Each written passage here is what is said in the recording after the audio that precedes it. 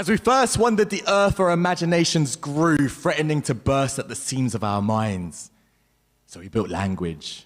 We told stories of earth goddesses who blessed us with fertile land. We looked up at the stars and imagined heroes and idols standing in their splendor against a black canvas and calling us to greatness. We sat together like this, in firelit huddles on the patchwork roofs that rattled with rain, passing stories between each other like warm bread and wine. Like adolescent gods, we learned to bend nature to our will, and our stories adapted accordingly. We regaled tales of an earth gifted to us by forces beyond our comprehension to use as we wished, and we set ourselves apart from our environment. We told ourselves we were ghosts in shells, and within this crude matter resided our true divine selves.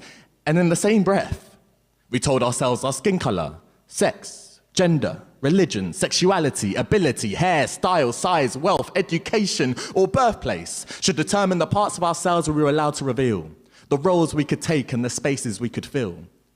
Some stories privileged only a few by subjugating the rest. Some stories uplifted us whilst others placed chains around our necks. This is all to say that you do not belong and you are not enough are just two more stories. And all stories can be rewritten. So, if you're ever made to feel like a failure or told you never make something of yourself, remember that A, making something of yourself is usually capitalist ideological propaganda anyway, and B, only you get to decide what success looks like. Go to that pub where no one looks like you or dresses like you and let them stare. Hold their gaze and turn your space into a runway. Swagger into the Gucci store in Carnaby Street in your finest trackies, knowing full well you can neither afford nor intend to buy a single thing in there, and browse anyway. Travel the world and learn again to love every hillside, desert, forest, or rock formation you find, not because the earth belongs to you or is your birthright, but because the earth is you and you're just rediscovering yourself.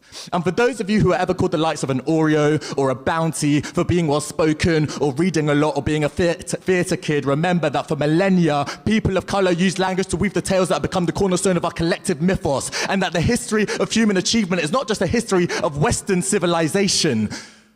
For me, retelling my story is as simple as going into a park on a warm summer's day, sitting on velvet grass while a breeze brushes my face, forgetting for a moment how much fake money is in my fake bank account, or how well I'm performing in a career that does not define me, forgetting all the things I'm supposed to have achieved and the fictional person I'm meant to be, freeing myself from the stories that hang on us like old cobwebs, looking up and knowing the sunlight reaching me has traveled 93 million miles through space just to make my skin feel nice for a moment, and that being enough.